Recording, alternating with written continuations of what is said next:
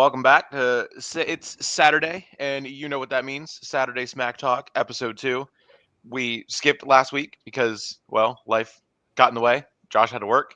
I had COVID. Yes, in 2025. I know it's quite the miracle right there. But what's been up, Josh? Life, SummerSlam, getting ready for college football, and yeah, ready to jump back into it. Right after SummerSlam, the worst possible timing of just getting sick or being in a spot where you have to fill in to go to work. But we'll go through SummerSlam and then jump into all the other latest happenings and the big news that's been going around inside the WWE, outside the WWE, in the world of wrestling. But night one, still recovering over here from the sickness though.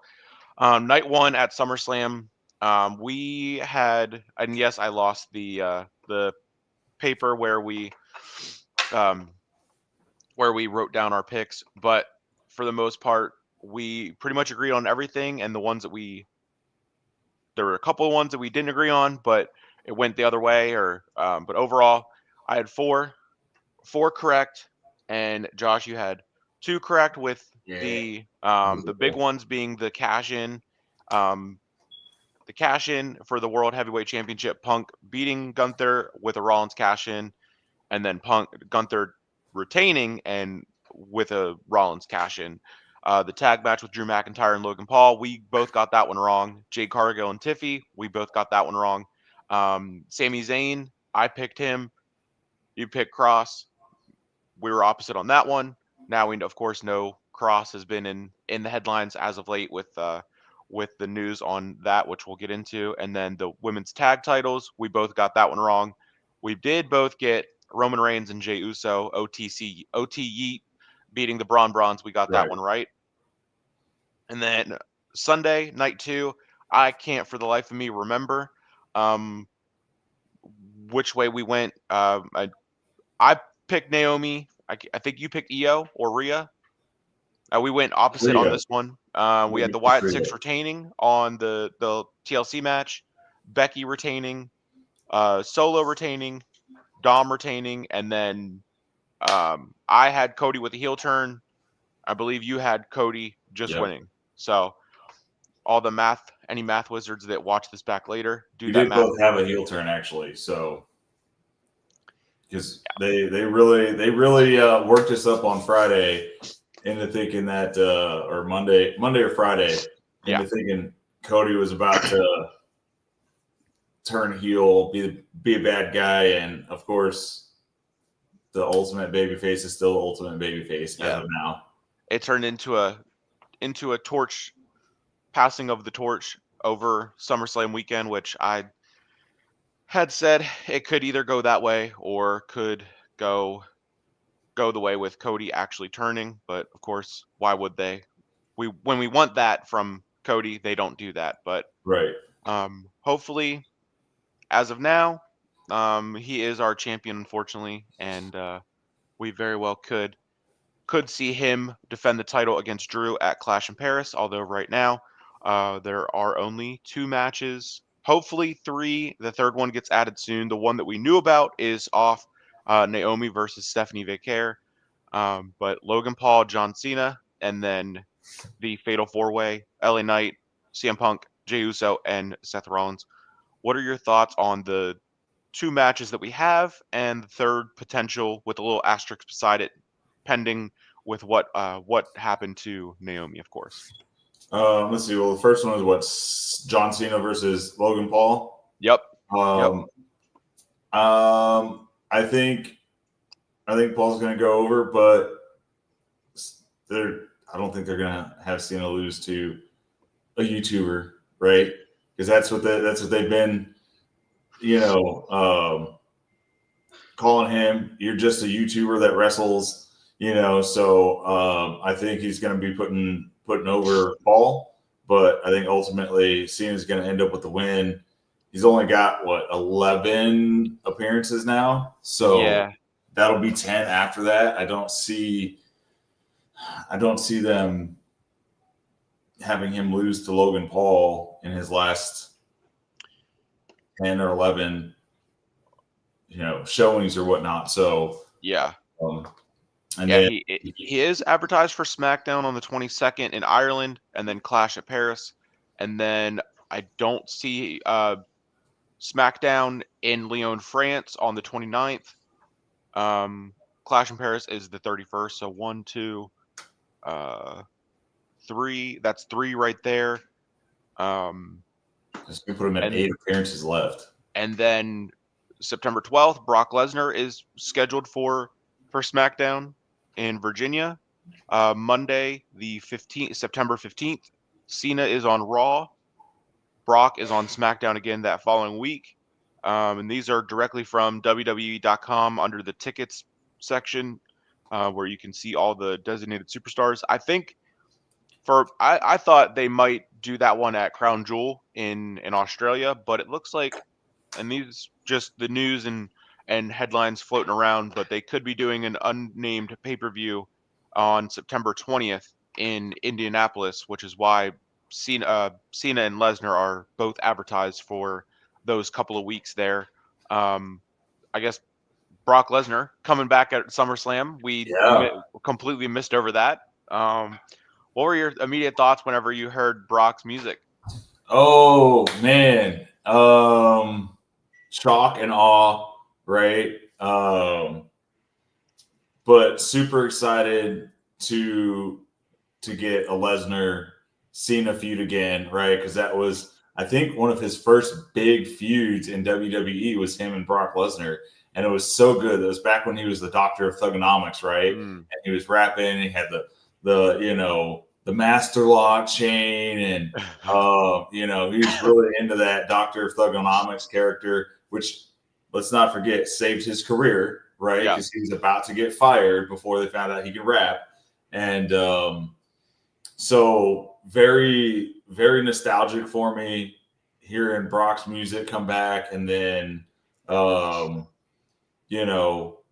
I am very surprised that he is back, because I haven't heard anything about him getting cleared from, the whole Vince thing. And, that's a big risk to take with PR and stuff like that. Bringing someone that's been even a little bit involved in that whole situation can be either really good because of how big the star is, or it can be really, really bad because of how big the investigation is.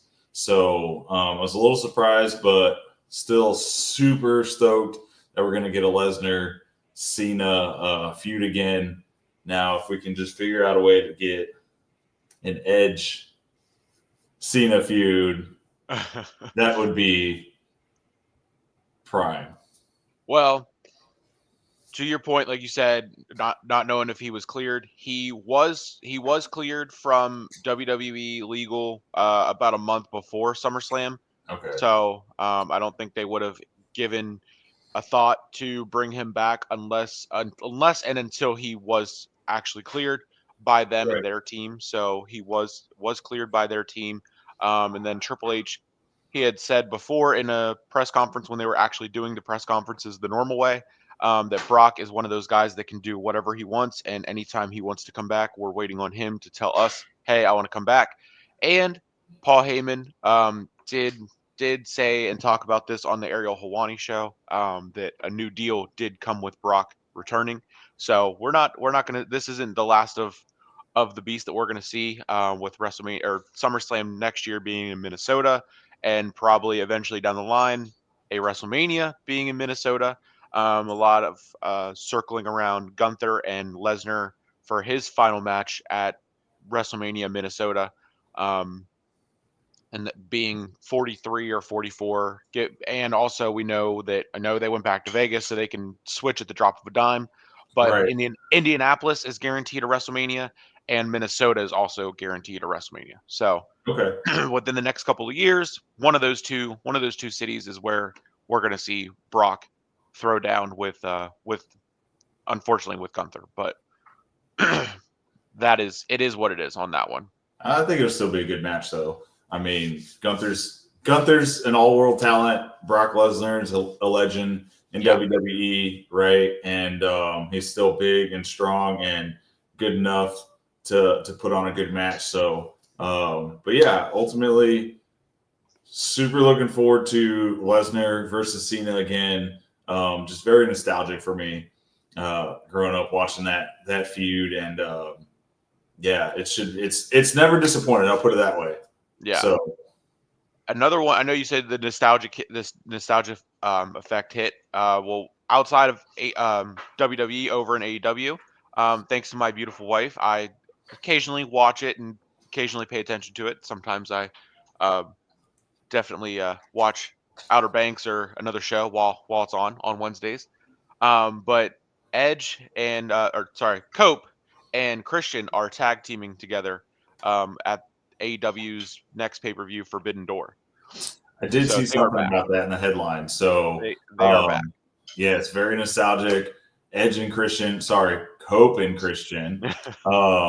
Let's just really call it what it is, Edge and Christian. Yeah. I'm super excited. I may tune in for that match. So I'm not a big AEW guy, but I would tune in for an Edge and Christian tag team match. So now that is some major nostalgia right there. Absolutely. As Martina has says. Yes, there's other news surrounding AEW with WWE wanting to compete directly with them, having shows on the same days. And I wrote this all down to have some notes with organization and everything. Woke up 20 minutes ago or 40 minutes ago. I'll give myself some credit, but yeah, can't find it for the life of me. So luckily, I can remember that stuff off the top of my head and as my wife says every time, where do I put this? I have no idea, but I know it. Brad Mole is here. Heard Cope's contract is up later this year. Think he'll return for a match with Cena. That's kind of why I brought that up. I would love to see an Edge versus Cena. I mean, really, that would be, if you look back at who Cena has feuded with or had matches with this year. Edge is really the only one that would be missing. He's gotten Orton, Punk, now Lesnar. He's had his matches with Cody Rhodes. Edge is really, I think, the only major feud from his career that we're missing. And it was, if his contract is up later this year and he is able to work out a deal, even if it's a short-term deal to come back for a few months to finish up, I think that would be the best way to wrap up John Cena's career and retirement run. Because that was absolutely top 3 feuds, I would have to say would be Edge and Cena, then Brock and Cena, and then Orton and Cena. Top 3. This is all before my time, so I will take your word for it. And I mean, Cena and Punk, it was fantastic, and I know that they have the history there. Josh not facing The Rock is wild. That's a very good point. The Rock has to be up there on that list. Got to be. And we know The Rock can do whatever he wants. So Edge's contract, Cope's contract being up later this year is definitely going to be fun to think about as we get there. My opinion, the best feud was The Rock. That doesn't surprise me. Does not surprise me one bit. Well, here's the thing. I think what made that feud so great is because I think there was a legitimate hatred that John Cena had for wrestlers that went and became Hollywood and came back and were whenever they wanted and were part-time. And Cena is that guy now. Yeah. So I just don't see the feud being nearly as good as it was then, because there was a legitimate hey, Rock, I don't like you because you left for Hollywood and you come back whenever it's convenient for you, and you're a part-timer, and I'm John Cena and I'm doing the John Cena schedule. I don't think it would be as good And I think they did it perfectly the way they did it. Yeah. Honestly. Yeah. You either die a hero or live long enough to see yourself become the villain. Yeah, it would make for great TV, great build, and a great main event match. And who knows, they might do that because, as I was saying, they are wanting to directly compete with AEW and have more shows on the same weekends as AEW is having, and they are in talks to have Cena's final match be in December at Saturday night's main event. And the two Right. dates that were being thrown around were, in fact, December 13th and December 27th, which December 27th is AEW World's End, which is their final pay-per-view of the year. And then December 13th, I think it's just because that was another date that they had. But NBC is pushing for them to do it on the 13th because Saturday night's main event would be both on Peacock and on NBC. They are pushing for them to have it on the 13th because NBC and Peacock has a football game on their streaming service on that Saturday, the 27th. So they don't want to be competing with each other and the NFL and then WWE. So they're pushing for the 13th. We don't know if it's actually going to be Saturday night's main event. We don't know if it's going to be a different pay-per-view altogether. Don't know where it's going to be. They can swerve us and drop it and change the location for WrestleMania 4 years out and just go back to Vegas, but they can't let us know Cena's full schedule of dates and locations and whatnot. Right. They owe us a match after robbing us of Rock and Roman, so that is the least they could do. Absolutely, it is. And how are we not going to do Cena and Roman? I mean, the last time we saw Cena and Roman, it was Money in the Bank, and then Brock returned after that a couple years ago.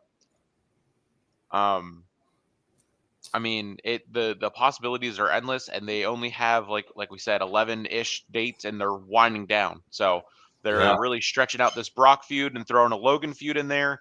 And who knows where they go? They go right to Brock now, or if they wait and then they go to someone else, and then after that, then they go to Brock, and how long that'll go, who knows? Well, and that's the thing too, is because he has such a limited schedule. You know, if you try to get all of these guys in, there's not going to be any buildup for anything. There's not going to be any feud. Like if you try to bring in Roman and Rock and Lesnar and Edge, like that's four people with 11 dates left, 11 appearances. I mean, at that point, you might as well just have nostalgia matches, right? Yeah. So, you know, while those were all great feuds, I think out of those four, the top ones, the ones that people really bring up a lot are Brock Lesnar and Edge every single time. You know, The Rock and Cena was great. I loved it. It was heated. It was real. As far as, you know, the hatred. But when someone asked me, what are your top 3 feuds for Cena? It's Orton, Lesnar, Edge. Yeah. Just magnificent. For sure. And we already got, like you said, Orton. We're getting Brock here soon to be determined where. Crown Jewel in October in Australia, or unnamed pay-per-view in Indianapolis in September. Who knows when and where, but they know that it doesn't matter when and where because everyone is going to watch it regardless. And Martina agrees with you, Josh, fully put themselves in this position because they didn't need to give us all the Cody matches. And they definitely didn't. They did not need to. How does he get a rematch before Roman does? Brad back there, give me Edge and Cena for the final match. Yep. Depending on what timing of when his contract ends and if Tony adds injury time back onto it because he was out for a while, I don't think Tony is going to let him go without a fight.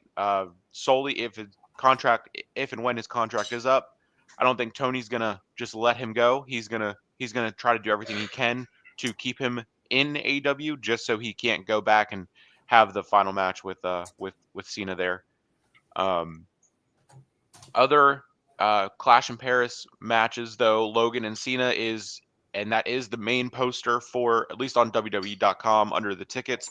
That is the main picture and the thumbnail for it. And then, of course, we have, according to Wikipedia, still we do have Naomi and Stephanie for the Women's World Championship. Although we don't know what's going on with Naomi. She's been deemed medically uncleared, as she was supposed to face Io Sky last week on SmackDown, and then Io Sky ended up facing Roxanne. We don't know what's going on. Her and Jimmy were on Stephanie McMahon's podcast this week. I didn't get to watch it though, so I don't know if she talked about what was going on. A lot of chatter going around with what is going on, but until she announces it or WWE announces it, we won't really know. And then, of course, fatal four-way match for the World Heavyweight Championship: Seth Rollins, CM Punk, Jey Uso, and LA Knight. That one going down. They pretty much are just like throwing this match together, throwing Jey Uso in there just for his entrance. Because he was just tagging with Roman. Why wouldn't they continue him and Roman against the Brawns? CM Punk, yes, he deserves to be in this one. LA Knight definitely deserves to be in this one. Triple threat would have been fine, but they throw Jey Uso in there to make it a fatal four-way. What are your thoughts on how this one goes down? Let's be so serial here, right? These guys are all superstars. You said we got what? Seth, LA Knight, Jey Uso, and Punk. Yep, and Punk. Yep. Like it's like a star-studded movie, right? And it's a fatal four-way. I mean, they're all pros. They're all great at what they do. Phenomenal at what they do. I think it's going to be as Sheamus would say, an absolute banger of a match. And really anybody could win. I would not be surprised though if it was Seth, because he has some power behind him, right? He's got the Brawns, Braun Breaker and Bronson Reed, two of the biggest, strongest, fastest guys in the company. So, we'll see. Martina mentioned Roman. Roman could come out and help, but I've got to give really the edge to Seth in this. He's got the backup. So even if Roman comes out to help Jey, that's one versus two other guys for Seth. And it's a fatal four-way, so no DQs. So they're going to be out there. So unless we get a surprise showing from Jimmy or Sammy, right? Seth has the advantage. Yeah, Seth isn't losing on his first defense. That's kind of how I'm going towards it too. I mean, again, didn't need to be a triple threat, so they could have done it how they've done it. They always do it, where Rollins pins Punk and then LA Knight and him continue their feud. As we see that was the reason behind Io's random championship match on SmackDown. She told Rhea that she wasn't the one that lost at SummerSlam, so that's why they were going that direction. And Roman is on the main poster for the one that Triple H tweeted out. So who knows how he shows up, when he shows up, and if they do put the Brawns on the card. There's only 3 matches now, so normal PLE they'll probably add 3 more matches. What 3 matches they add, who knows? Last night we watched them announce the 6-man, and we figured that the 6-man would be put on Clash of Paris, and they did that right then and there on SmackDown. So who knows what we're going to get, what else we're going to get on Clash of Paris, and then after the aftermath of that is going to be something, of course. So going back to SmackDown, the results for what went down. Of course, the 6-man tag match was made. That was the Solo and his MFTs kicked off SmackDown, and then it would be announced later that would be the main event. As you said, Jimmy came out, Sammy to help Sammy. Jacob came out also. We went into Alexa Bliss defeating Piper Niven. So the headline of Alexa Bliss defeating Piper Niven, but the thumbnail being those three standing tall over a champion is absolutely outrageous. Champion's always looking weak on the blue brand. Does Right. never make sense to me. And what are your thoughts on Alexa and Charlotte as the tag champs, since that was one of the matches that we got wrong for our SummerSlam picks? I absolutely love it. I mean, I think that tag team is so over. They've played it up perfectly with not using the F word, the friend word, but you've got TikToks and Instagram reels of like Charlotte Flair doing Alexa Bliss's hairstyle, right? Yeah. And I think it's been really great for Charlotte more so than Alexa. Yeah. I think it's allowed Charlotte to kind of relax and be back over with the fans. And I think she's just legitimately having fun in WWE again. Another F word. Right. Another F word, right? Fun and friends. And so I think she's having fun and she's enjoying being where she's at and being in the WWE and not chasing these crazy championships or feuds or, and it's good to see a wrestler, especially someone of Charlotte Flair's legacy and type, to just be having fun and enjoying the moment. It's really, I think, brought her out of her shell a little bit more, and the fans love her 10 times as much. So I think it's a great tag team. I hope they keep it going for a while. I don't know if they get a match on Clash in Paris with Piper Niven and Alba Fire. I don't think the feud's there. But I'm enjoying it on SmackDown for sure. So yeah, I love it. I hope they keep it rolling for a while. Yeah, I mean, they're if they were smart, they would do the tag match at Clash in Paris and then have Chelsea be involved. Don't take the titles off them yet, because it has been fantastic and it has been great. And some people, I didn't say this, but some people have said that that those titles are cursed, and that one of them would likely get injured right away, and then they would have to switch it again. But keep it rolling for however long that they can, and then eventually see where those things can go. Because Charlotte with the title, it always feels like a big deal. And now Alexa holding a title, her reaction to her return at the Rumble was fantastic. I don't think anyone thought it would lead to a tag title run with Charlotte out of everyone. Yeah, the WWE, the tag titles, they've been doing good on SmackDown there. And who knows where it's going to go. Are they going to go and get a third member and then just do a 6-woman tag match at Clash of Paris? I know they'll never do that, but that'll end up being on the SmackDown before we get to Clash of Paris. But Right. that one, from one tag team division to the other, the men's tag team division on SmackDown has been absolutely all over the place. And Nick Aldis has even said that he's trying to get some order to it. We had Mello Don't Miz defeating Fraxium.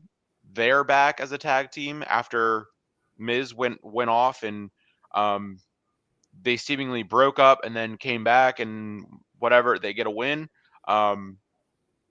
And now they're going to be fitting into the tag team, I guess, as an actual tag team. That was a tag match, and then we went into McIntyre addressing his attack against Cody. So they'll probably end up putting Cody and Drew on Clash of Paris. That's my guess for one of the matches that's going to be added there. Your thoughts on Drew and Cody in Paris? I love anything that Drew is in. Let's be. I've not been disappointed with anything that Drew has been in. His promos are. I say I'm going to go out on a limb and I'm going to say his promos are the best in WWE. Every time they're top notch, right? They make you question. Oh, like he's gaslighting you, right? And then this last one on Friday, he's like, "Let me take you through the crime scene," and he takes you through the whole deal, right? And it's just like, okay, well, all right. you got a point, Drew. Okay. And then I'm like, no, he's just trying to gaslight me. No, this is narcissism at its best. Like Drew's promos are phenomenal. And he always has a great match. I would love to see him take the title off Cody at Clash of Paris.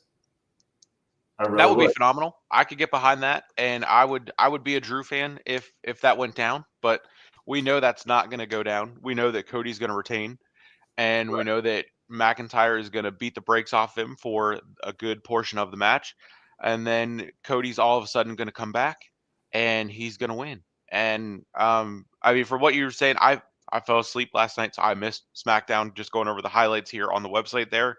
But from what he did tagging with Logan, it was great. I was a fan.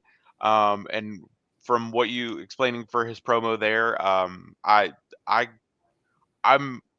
warming up to the idea of not being so much of a hater. And the fact that Punk's title reign was shorter than Drew's is just hilarious all on its own fact.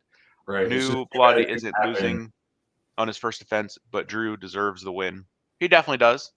It would be fine if he would actually win, but we know that he won't.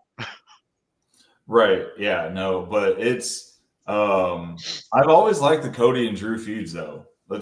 I mean, if I'm being 100% honest, I've never been disappointed with the Cody and Drew feud.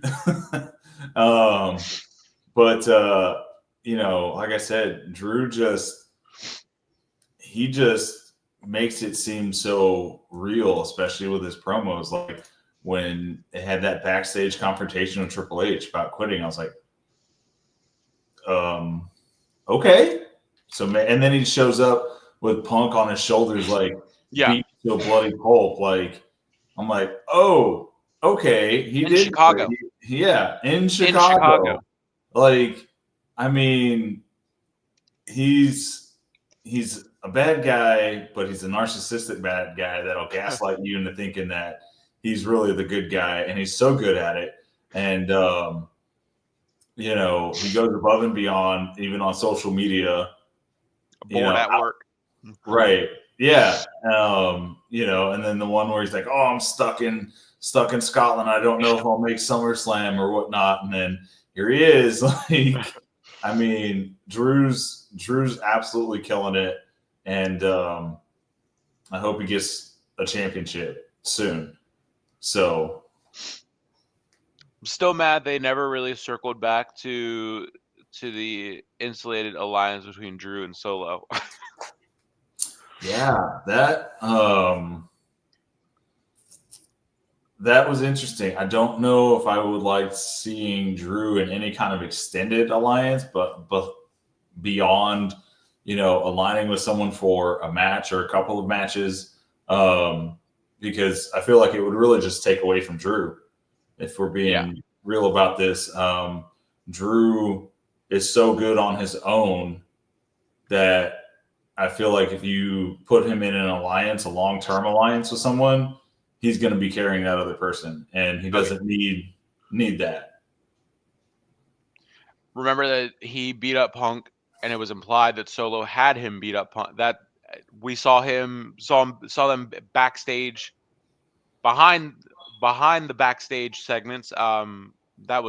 Which is crazy that they just, we're going to do this, but then forget all about it and then carry on. And that was a whole year ago. Yeah, absolutely. There's so many different ways they could do. And I will say McIntyre, he is good at fitting in where they need him to fit into. He can be a top tier hater to anybody. Like, hate on this guy. Gotcha. I can do that. And then, like you said, the whole narcissistic, gaslighting you into thinking that he's the victim. I guess that is more what he does than just plays victim. For a while, I just saw it as, oh, he's just playing the victim. But now that, you know, it does make sense to hear it explained that way. So Right. I was definitely drinking the haterade for Drew McIntyre, but now I'm drinking the prime. So yeah, no, he's absolutely killing it. And, you know, I think WWE does that a lot too, so that way they can set up different avenues for themselves to take based off, because you know Triple H does hear the fans, we don't always get what we want. But there's a lot of times that we do get what we want. And Brock Lesnar coming back is a big example. There's a lot of people that have been clamoring for Brock Lesnar to come back. Bring Brock back. Bring him back. And then we went all through SummerSlam, 2 whole nights. And then, we just thought Cena was absorbing the last SummerSlam crowd reaction of him as a good guy. And, next thing you know, that guitar riff hits and Cena's like, so I think a lot of times things that we don't see come to fruition, like the insinuation that Solo and Drew are going to be, a lot allied up. I think they just set themselves up so that way they have avenues to go if that's what's best for business, as Triple H would say, So, and if it's not, then they'll swerve to what is best for the business or best for the storyline. So, it's smart on their part, I think, giving themselves outs and different ways to go versus just one way to go. And if it's not going well, you got to figure out last minute how to swerve out of it. So, Drew's great, but I don't want to see him in Alliance. I think it'll take away from him. Yeah. It was fine for what it was in the moment, and it worked. And then, like you said, we see that it was just him being smart and enemy of my enemy is my friend more than him being in an alliance. Although from the Logan and Drew tag team, seemed to be really enjoying that. And I mean, it's funny that McIntyre had just done Impulsive and then got into a tag team program with Logan. So. Who knows? Maybe more of that in the future. They would be great if they continued it. They're going to be great if they don't. And now, like you said, with Brock returning as Cena was soaking in the final cheers because he said, "I want to hear it one more time," and Cody got out of there real quick, which is interesting that he didn't stay out there to be part of the moment and soak it in as well. But that does go with the whole passing of the torch thing, and Cody seemingly right now staying face for now. That the promo from McIntyre went into the Street Profits beating DIY, so the former tag team champions getting a win. Not that it's going to amount to anything, but they did beat DIY, and then that went into the main event, which was the 6-man tag match, and Sami Zayn, Jacob Fatu, and Jimmy Uso defeating the MFTs, and that is how SmackDown ended. So I watched the first 20-ish minutes, I would say. So I fell asleep like halfway through the Alexa Bliss and Piper Niven match. Looking ahead at Raw on August the 18th. So coming up, Xfinity Mobile Arena in Philadelphia. So I guess they actually changed the name because it doesn't say Wells Fargo Center anymore. They're in Philly. Front and center, Roman Reigns is advertised. CM Punk is advertised. Seth Rollins is advertised. Rhea Ripley, Jey Uso, and Penta all advertised for Raw. So do we see Roman come out, and does he continue with this Braun Breaker, Bronson Reed part of the story that they're telling, or does he step to Rollins and step to Punk about the world title and go down that route of finally getting us to really think that he can go after Rollins and the World Heavyweight Championship and really take that title to new heights? I think he's got to get his shoes back. Yeah. I think he's got to beat his bully, right? Because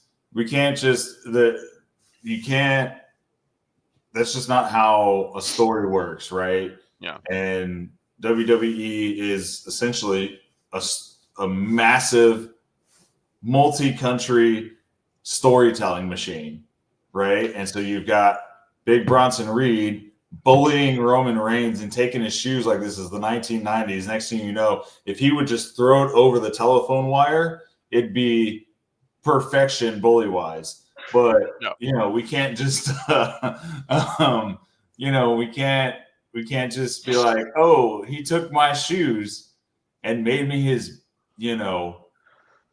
um, like, and he just goes a different route and just lets his bully win and take his shoes and beat him up. Like, no, we can't have that. He's got to get his shoes back.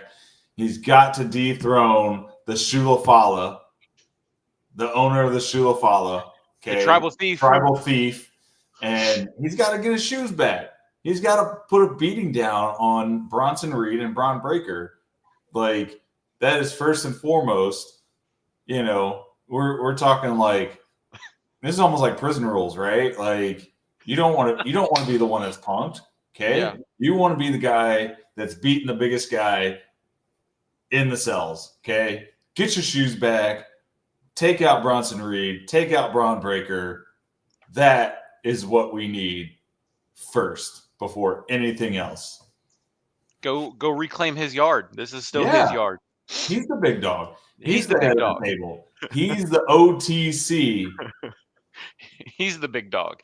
Right. I'm mad that they took Roman from the most dominant champion in modern history to getting his shoes stolen twice, getting beat down and beat up every week after week after week. If only he had another cousin, a much younger cousin, that could come in and help him and even the odds against the Bronze. If only he had another cousin, another Fatu in the big world of Samoans. If only. But right. If only, right? If only. Yeah.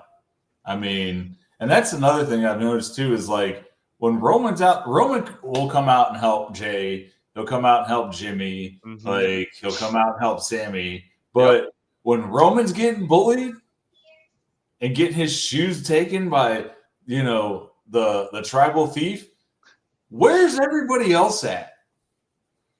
Like, he was getting beat down too. Like, Jay didn't come out the last time that Roman was getting beat. Jimmy didn't come out, and he didn't get beat up that day. Like, where is the help for Roman? I see Roman coming out and helping all of these guys. Yep. And I see no help coming out for Roman. And I have a sneaky suspicion, maybe later on down the road, that Roman's going to get tired of no one coming out to help him when he's helping everyone else out in the family. So it's like, I know they may have gotten beat earlier or had a match earlier, but like, you can still come out later on in the show and help out your cousin or your brother, whoever. Like, Roman's done it and come out later on in the show to help out. So it seems Martina is on the same page with me. Oh, yeah. So it's something's got to give, man. Roman can't be the all-time giver and not getting any help or respect at all. Yeah, I mean, to your point, he was the one that took the spear pushed Jay out of the way so he could take the spear, and then Jay could ultimately win the match for them. They have exhausted Roman's redemption arc. Okay, we get it. He had to pay for being a bad guy for years, but he hasn't had a title in over a year. When does he get a friend? Yeah, it could be them playing the long game in this and really, really playing it and having him turn it up every single time where he's going to go into that mode of showing Hollywood what he can do and really turn up the acting, and then ultimately snap down the road, as you said, gets 3 pairs of shoes stolen, and that's where he draws the line. That's where he draws the line and then snaps, and then he does bring in Azilla Fatu. We do see them hold a tribal family meeting, and we see Sami Zayn and the OG Bloodline, and then he brings out Zilla or whatever, and then we see Roman and Jacob again, finally face to face, and kind of see where that could go. Where's Tonga, by the way? I think he's still hurt. Okay. I think he's still hurt. I don't think we're gonna get this to come to fruition anytime soon. I think a Roman getting tired of getting bullied and tired of not getting the help that he needs when he's giving so much help to everyone else. I think that's more of should save it for a surprise. I'm going to turn my back on you at WrestleMania and you're going to lose something valuable like a championship shot or a championship belt for someone. I don't want to see that on just a regular Raw or SmackDown. I want to be surprised, just like I was with Brock, at a major PLE like a WrestleMania or Royal Rumble or a Survivor Series type of PLE. So, but I do think there's little seeds or little nuggets that no one's helping Roman, but Roman's helping everyone else. This is gonna get old. Oh yeah. He's gonna say, "See, this is why I never trusted because it can't depend on you." And then he's gonna turn it back to the mind games and the manipulation and the greatness of what he does, just for hopefully a Jacob Fatu to step up and then have those two have something, and then ultimately make amends, and then they really start to run it, and then just in time for Survivor Series and War Games, which is in San Diego at the Padres Stadium, and it's already sold over 25,000 tickets. Not surprised whatsoever. Another bloodline team in War Games. It just feels right. But who is Rollins going to have on his team? Since ultimately it's going to be Rollins, Bronson Reed, Braun Breaker. He would need two more guys. For his team. Well, and that's the thing is there's plenty of guys that they can recruit, even if it's just for War Games, right? There's plenty of bad guys. Drew may even want to get some revenge on Roman, right? Who knows where he can go anywhere. He can fight with anybody. He could be he could be a top tier hater for anyone. Yeah, so we could easily see Drew McIntyre in there, which would be stellar, right? Gunther's a bad guy. He doesn't have a title, right? I don't want to see Gunther in a War Games match. I don't want to see that. Why would you put that out to the universe? He would be gassed while still being in the cage. He wouldn't even be out there yet, and he's just got to be the last guy to go in, right? Oh. So, but there's a ton of heels in the company. And that's still, while it seems super close, it's still far and away. We have plenty of time to build up the feud. Well, really the Bloodline versus Seth Rollins group, it's not going to take much to build because they've been building it with Roman and his shoes and, building that relationship back up with Jay and Jimmy and all that. So, really they can go anywhere right now. It's completely up in the air. I would have absolutely no educated guess as to who it could be other than maybe Drew McIntyre because he can work with anybody and he hates everybody in the WWE. So, because, they victimize him thoroughly. Do they victimize him? Do they make him the victim, or does he do a really good job of telling you that he's the victim? Look, he said it, so it must be true. Okay. I wonder who's gonna be the one to tell Roman, like Gunther told Jay, you have to stop worrying about everyone else and get back to yourself. If only he had an older cousin, a wise cousin, a bigger, older, wiser cousin. And we finally see The Rock and Roman back in the ring together. I agree. Drew is so versatile. He is keeping the grudge holding spirit of Bret Hart alive and well, and I love that. Oh, I don't know. I think Bret Hart's keeping that alive very well himself, honestly. I don't know if you heard about him talking about SummerSlam. They invited him, and then they said they didn't have a seat for him. And I was like, well, yeah, that's kind of because you're the original Crybaby. The original Crybaby. Goldberg.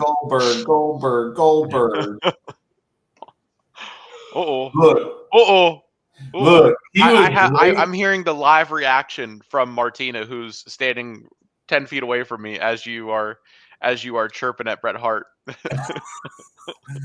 Yes, me. Absolutely. Look, I watched that match with Bret Hart and Goldberg, and I'm gonna be fully, and you're probably gonna hate this, but full send. I think Bret Hart had a concussion before he got kicked by Goldberg. I think when he did that figure four, or not the figure four, when he tied him up on the ring post and Bret Hart swung down, he hit his head, the back of his head on that ring post. I think he was concussed there. I fully think he was concussed there. And then, look, the Hitman, he was an all-time great wrestler, great technician in the ring. Okay. But let's be honest. He definitely hit his head on that ring post, and that was a steel ring post to the back of the head. Could have easily been concussed. And if you look at the kick in slow-mo, Bret Hart did kind of have his hands up, right? And I think he was concussed before that kick.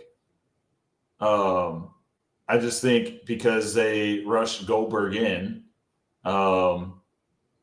that he wants to blame Goldberg for ending his career. But we've always had issues with Bret. Goldberg, that is very, very true. You have a point, but remember, Goldberg almost did kill The Undertaker too. He was all over the place. And yeah, he broke Charles Robinson's ribs. That's why we haven't seen young Nate out reffing anymore. And also, Charles Robinson with a broken freaking rib, apparently got bit by a bat as well while he's been recovering. So yeah, I don't know if that's can only track. Has the worst luck ever. Like, how are you gonna break a rib and then get bit by a bat? Like, can only track it back to Goldberg. Only track it was Bill Goldberg's fault. Well, and there's only so much you can do when that was a spot where the referee is taking a spear from someone. I'm sure Braun Breaker, if he had speared Charles Robinson, probably would have broken a rib too. Yeah. Because he spears harder than anybody in the WWE. Flukes happen. But I fully think, I do think Bret Hart was concussed before that kick. Yeah. Yeah. Charles Robinson, he'll be back though. He's just, I think, God, that guy has the worst luck. Getting bit by a bat after a broken rib. Like, brother, clearly the universe is saying you need to take a break. So he did. He has been surviving ref bumps for 30 years, but one spear from Goldberg and he's down and out for the count. What does that tell you? What does that tell you? Well, I mean, he is also 50-something years old and comes back every once in a while for a match. So should we really expect him to be as good as a Cody Rhodes or a Jey Uso or someone that is wrestling regularly and training regularly? Like, I mean, yeah, no, Bret did say anytime something happens to Goldberg, Bret comes out and says something about it. Goldberg ended my career. He ended my career. No, brother, you ended your career when you left for WCW, and WCW was dying. This is before my time, so I'm gonna let you talk your talk because I have no clue. I have no clue about any of that. I still can't go back and watch it on Peacock because it was just the quality was so bad. I can't do it. Yeah, I can't do it. Even it's like watching old episodes of South Park and the animation is so bad. I can't do it. Well, I think what kills most people on the whole Bret Hart situation is Goldberg has apologized multiple times. Like, to Bret's face, has apologized, for the whole situation. And Bret still does nothing but, dog him all the time. Like, they gave him an opportunity. They pushed him too soon, right, into his wrestling career out of the NFL. Like, they gave him an opportunity. The man took the opportunity to make a ton of money and become a wrestler. Look, if they offered me an opportunity, brother, I'd be on it in a heartbeat. Yeah. Yeah. Like, and it's a company that big, like, you got to trust them to give you the opportunity, So I can't really blame him for taking an opportunity. They may have pushed him too fast. But the man has apologized. He's come out and said in interviews, look, I've apologized over and over and over. And, he's at this point, he said, I can't remember who he's being interviewed by, but he was like, I can only apologize so much.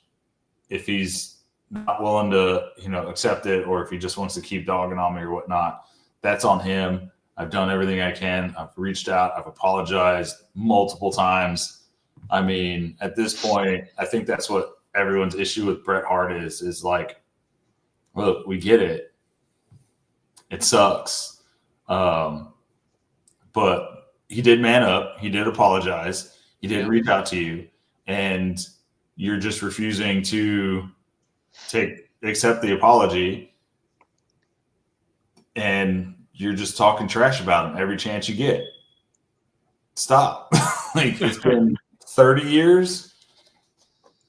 So, but it did allow for Gunther to have a really amazing comeback line when Bret Hart did show up to WWE. You know exactly what I'm talking about. I don't know. If someone cost me $13 million, I'd be mad for life too. I mean, yeah, I don't know. That was all that stuff is way before my time. So I kind of sit back and watch the madness whenever that kind of talk gets started. But that was what a way to throw and give the name Saturday Smack Talk, other than you and Martina going back and forth in the chat with for old Bret Hart, because that's her guy. That was her guy. That still is her guy. And yeah, the holding grudges, I see it still to this day. And yeah.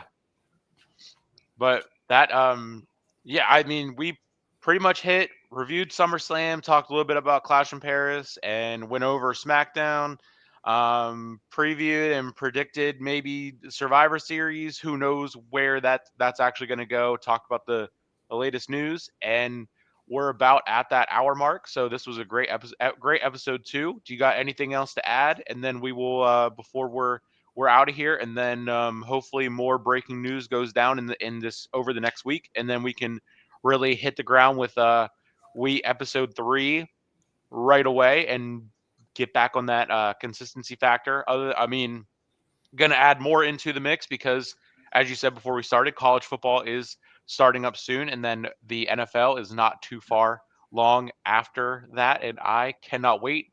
In fact, and speaking of the NFL, the Steelers do have a preseason game tonight. So, Josh, I know you have your terrible towel ready and waiting to twirl that thing and watch them get another preseason victory.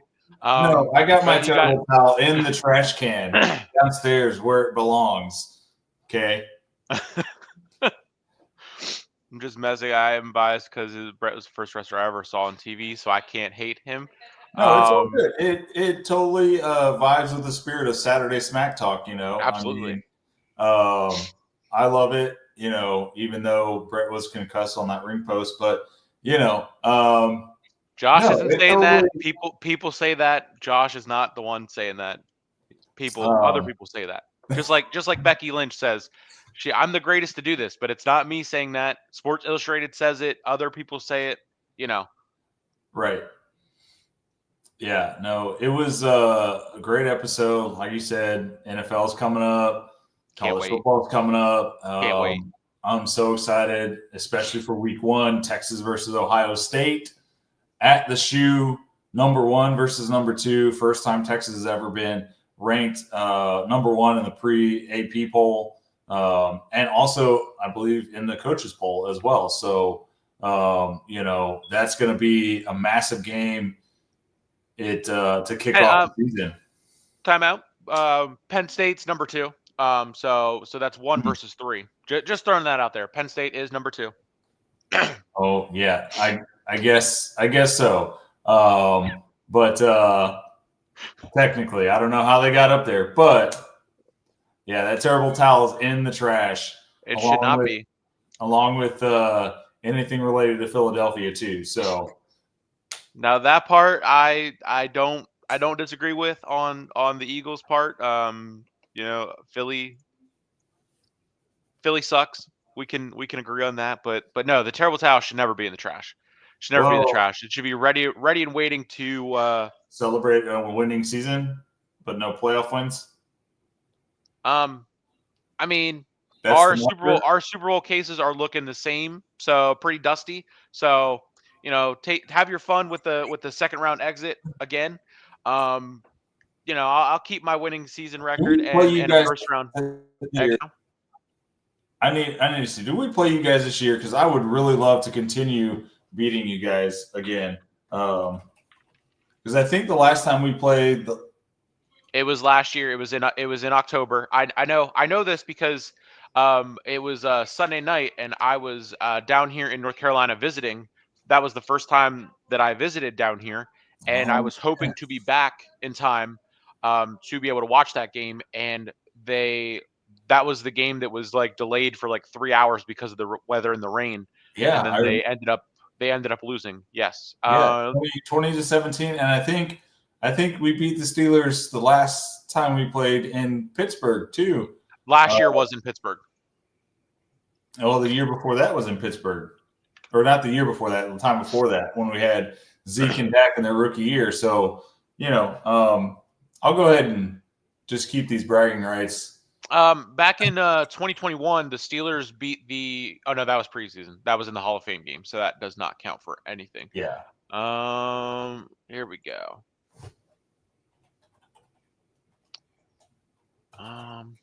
Let's see. I mean, what do I got to type in here? Steelers versus Cowboys record head to head. I think it was.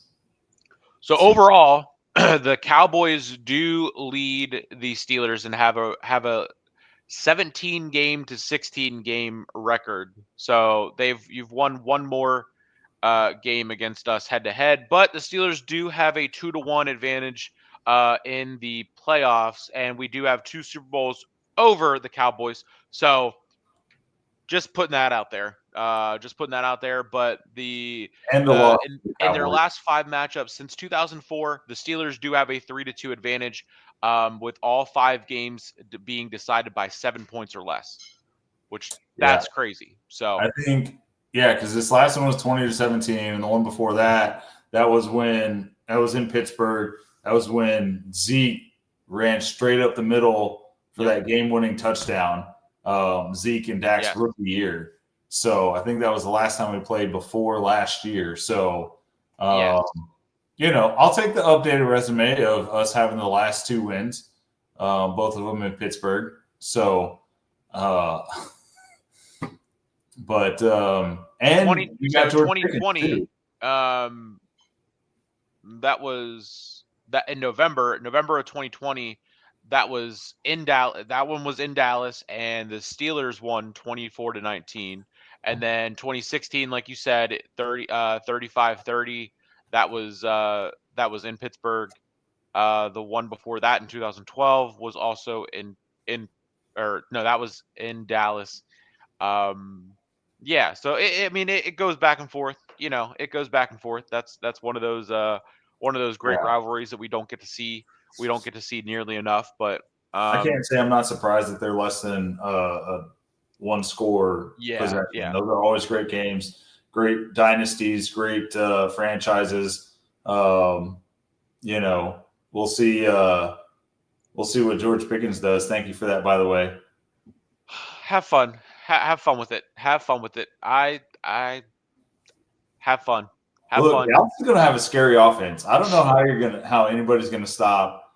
Because you got a great offensive line now, and then you've got Ferguson, Kevontae Turpin, CeeDee Lamb, and George Pickens. Like who do you double cover, right? Because Kevontae is the fastest man in the NFL. Yep. CeeDee's phenomenal, puts up numbers. Even he put up good numbers without Dak most of last year. And then you've got George Pickens, who just makes phenomenal catches anywhere and everywhere on the field, right? So, and you've got a massive O-line, so really anybody could probably run behind that O-line. Let's be so serious about this. With Jaden Blue and Phil Maffa and Javonte Williams in the backfield, and then you got Jake Ferguson, who's, you know, a baby Jason Witten essentially, right? And you've even got Schoonmaker, right? 2 tight end set. I mean, if you double somebody, you're leaving a threat open somewhere else. Yep. So, And you said who's going to beat them? They will beat themselves. They will beat themselves in the second round of the playoffs, like they do every year, and that's going to be that. well, we'll see. It'll be interesting. So yes, I'll probably be laughing the second round of the playoffs as I watch the Steelers lose in the first round the week before. But I mean, hey, you know, I don't know if Pittsburgh gets there though. Why not? I mean, Everyone says this every year, and they end up getting there regardless. Watch quarterback. So I'm now a football analyst, and I know some of these words. Yes, I've successfully taught Martina football, and she's obsessed now, and she's a Steelers fan by marriage, or actually, sorry, scratch that, by her own accord. She has come to love the Steelers, and she is learning football, and it's pretty funny because her dad is a Cowboys fan, and she's now a Steelers fan. So I take great feeling in that, and wearing the Steelers jerseys and everything. So and terrible towel and even my FedEx shirts she wears and steals Martina, my hoodies. From the outside looking in on the Steelers, I would just want to let you know that their biggest accomplishment I hear talked about every single year is that Mike Tomlin did not have a losing season. Yeah. Again, they may not make it to the playoffs. It's unheard of. They may not make it anywhere, but it's unheard of. You know, that winning season.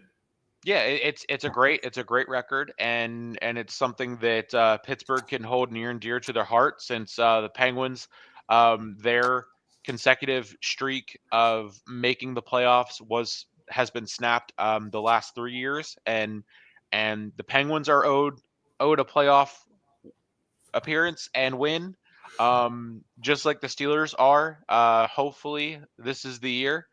I realize that I sound like Cowboys fans. This is the year versus this is our year.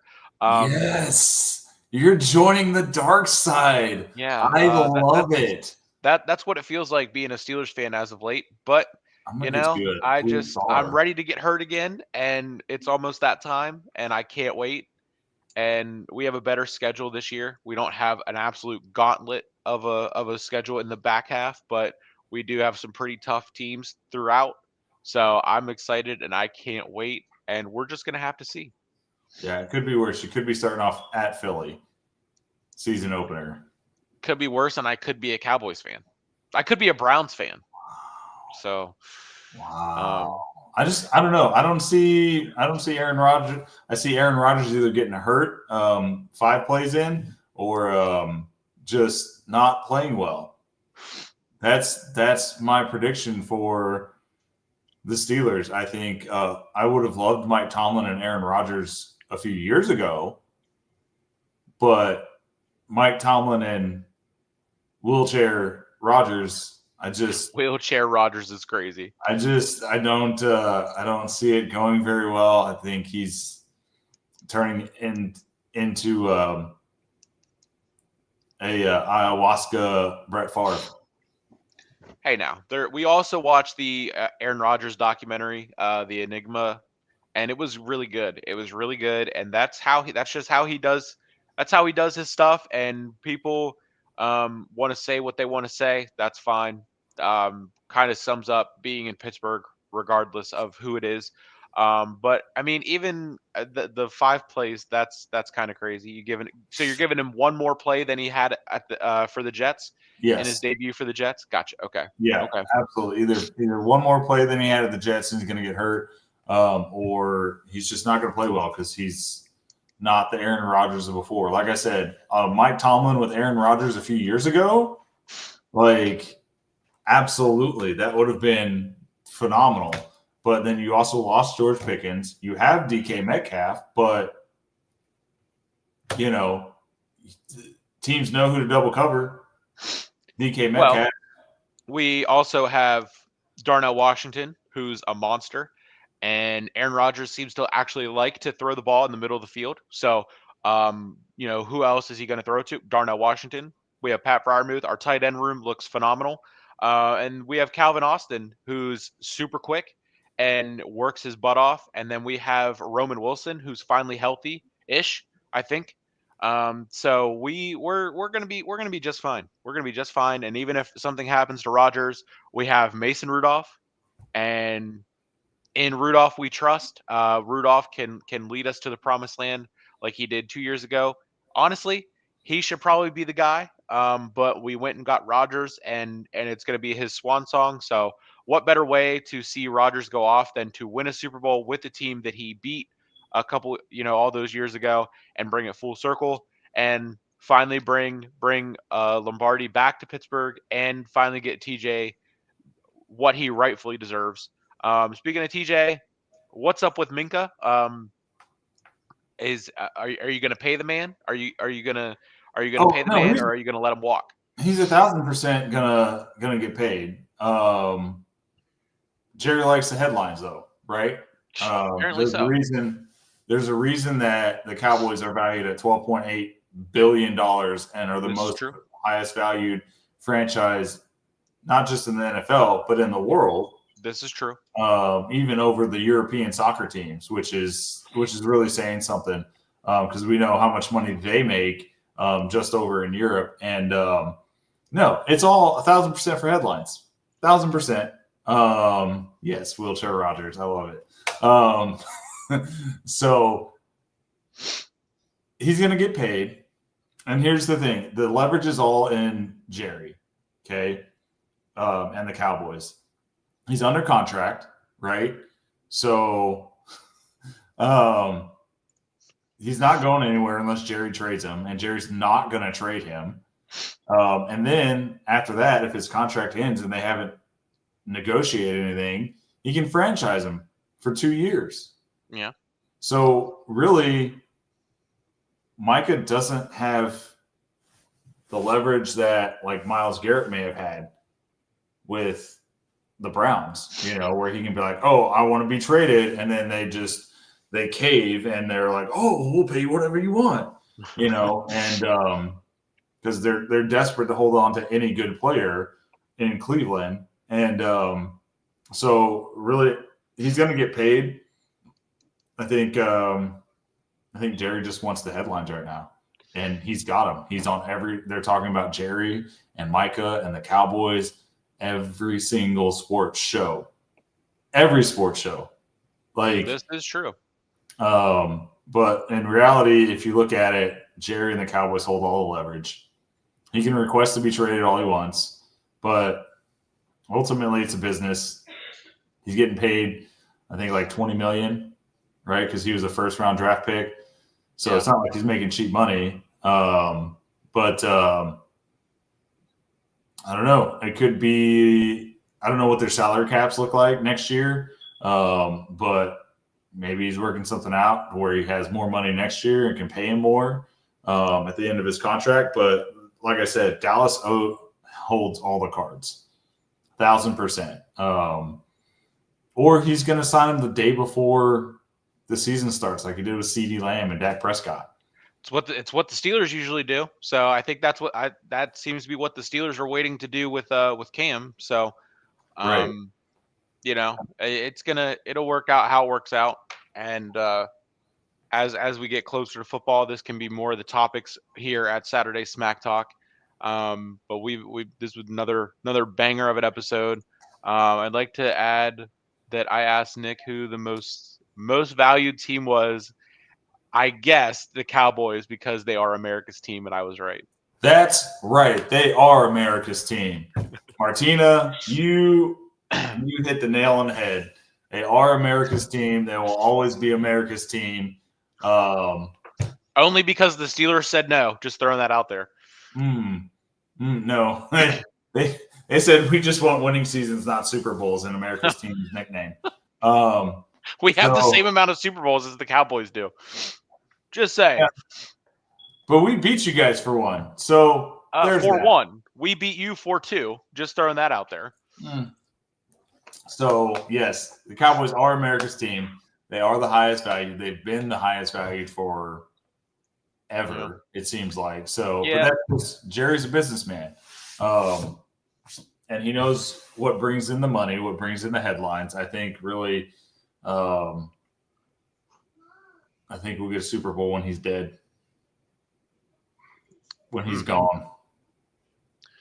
So, but we'll see. I also like what Brian Schottenheimer's doing. They started getting in too many fights there at practice, and he started making them run gassers. He's like, all right, you want to fight? Cool. This is what we're doing. Yeah. Like, it's a very different culture that he's trying to bring in than anybody else, like McCarthy and good job, or the clapper, Jason Garrett. Yeah. I know you just failed miserably, but good job. We'll get him next time. Yeah. No. So we'll see. I think he's doing the right things. I'm excited to see what he's doing. He wants to put in a lot more motions and everything, and kind of confuse the defense a little bit. So, we'll see how it goes, but I like where it's going. So yeah, absolutely great episode. Looking forward to next week, and looking forward to football starting. And don't forget, you guys also have to get past Baltimore too. I'm not scared of Baltimore. I'm not scared of Baltimore at all. We're going to split with them or sweep them, just like we do every other year. And that's just how it's going to be. The AFC North is going to continue to be just heavyweight bouts with Baltimore, Pittsburgh, and Cincinnati if they can stay healthy. And that's how it goes. That's how it will always go. And I don't know. I'm here with the Steelers for this season because I know what can happen. I know what should happen. I know what can happen, and probably what's going to happen is they're going to let me down in the first round like they do every year. We're going to sneak into the playoffs, or we're going to cruise into the playoffs and then lose in the first round. Regardless, just like y'all will go have your ups and downs and then win a couple last minute, win a couple straight and get into the second round and then lose. So, we'll see. It'll be interesting. All right, brother. Definitely will be. So that was episode 2, and you can catch the replay on all the Facebooks, the YouTubes. This is going to be up on Twitch and Twitter for the Tired Sports Network.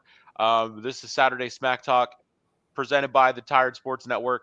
Josh of LaceEmUp Sports Media, me, Sleeper Sports Media, be on Spotify here momentarily or within the next day or two. So thank you for tuning in, and we'll see you next week.